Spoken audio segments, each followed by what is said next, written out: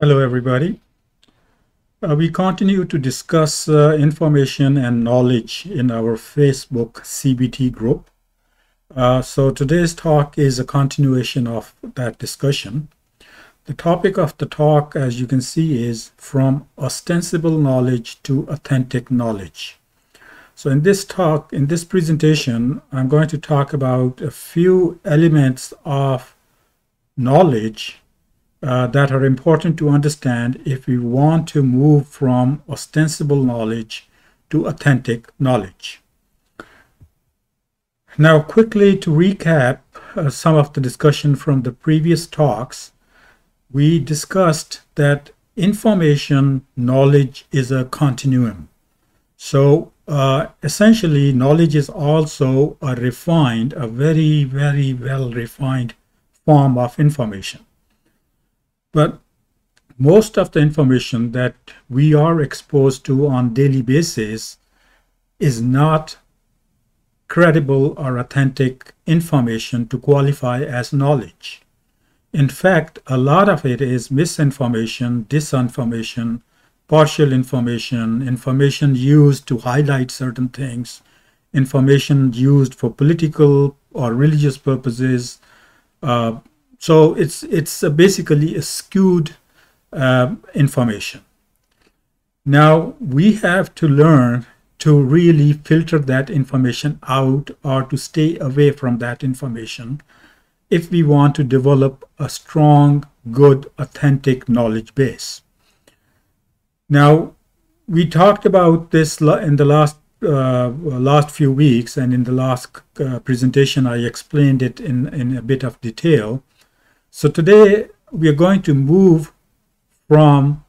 disregard the red part of this slide, and we are going to move from credible information to knowledge. So as I mentioned in my last talk, we have to use tools to further refine or evaluate credible information. We also have to introspect.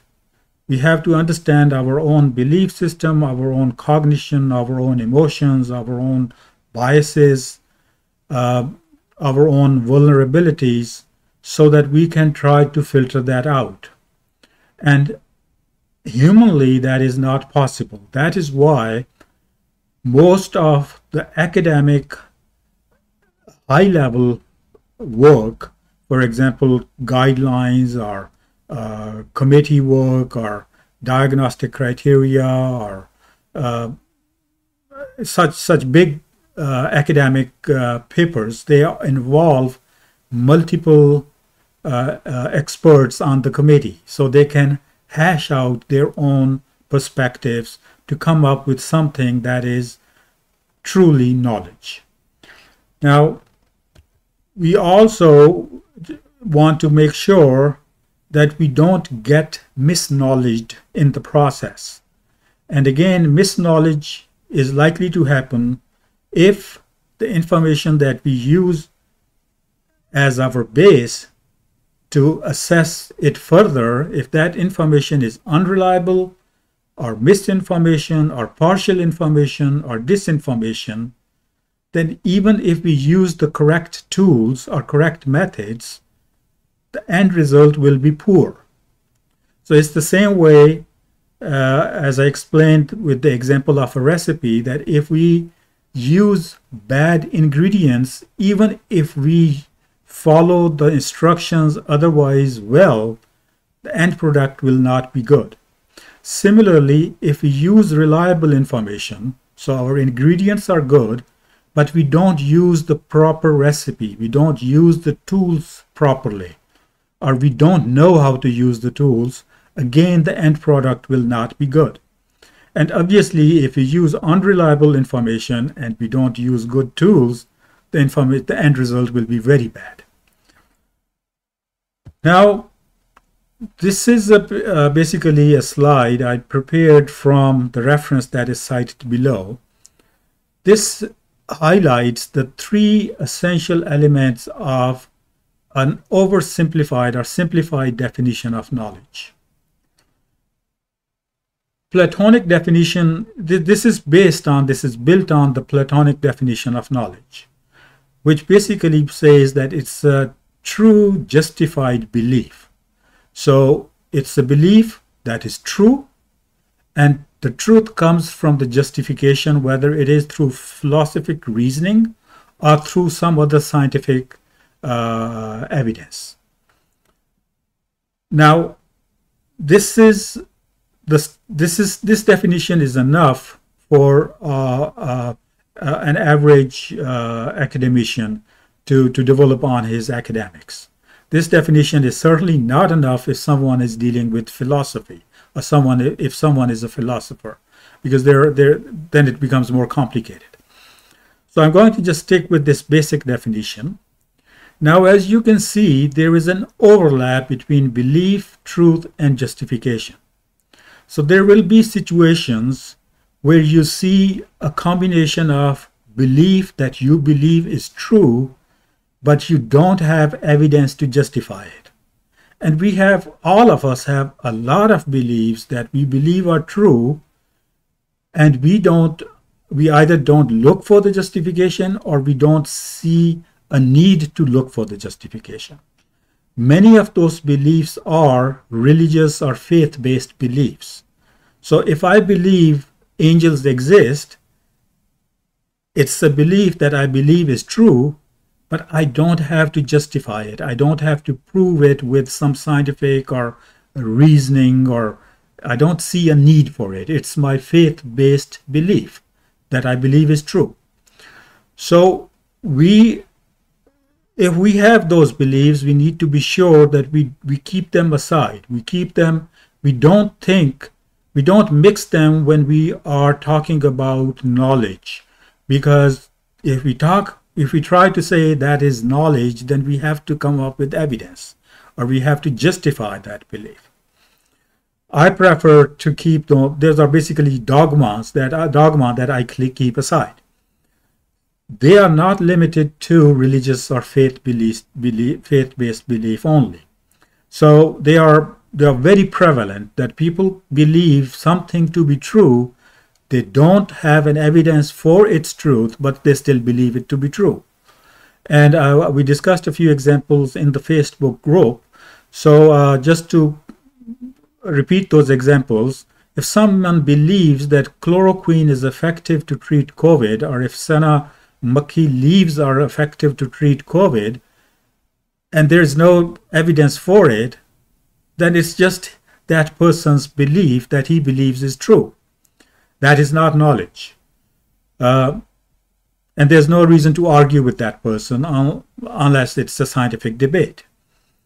Similarly, there can be situations where there are justified true situations, but somebody will deny to believe that. And an example would be there is a lot of evidence that shows that Earth is oval or round. It's not flat. So that's a justified truth, but you still will see people who will believe that Earth is flat. So that's basically a denial of a justified truth and a belief contrary to it. Then there will be situations where people will have belief that they think is justified, but it is not truly justified because, as I explained in the previous slide, they have not used the proper tools. And this is the problem that happens a lot in the form of political rhetoric, or when we politicize political parties politicize things, or even when faith-based or religious groups, they try to highlight certain things. So they will try to build up a belief and provide a partial or a justification that looks like a justification, and people will believe that it is justified, and they will start believing it as a truth. But the fact will be that it will lack those rigorous criteria for justification. Now, when all three criteria meet, it becomes a justified true belief, then that is called knowledge according to the standard definition. Now, how do we, if we know something is credible or something is ostensible, meaning that it is something that is likely, but there's no guarantee that it is.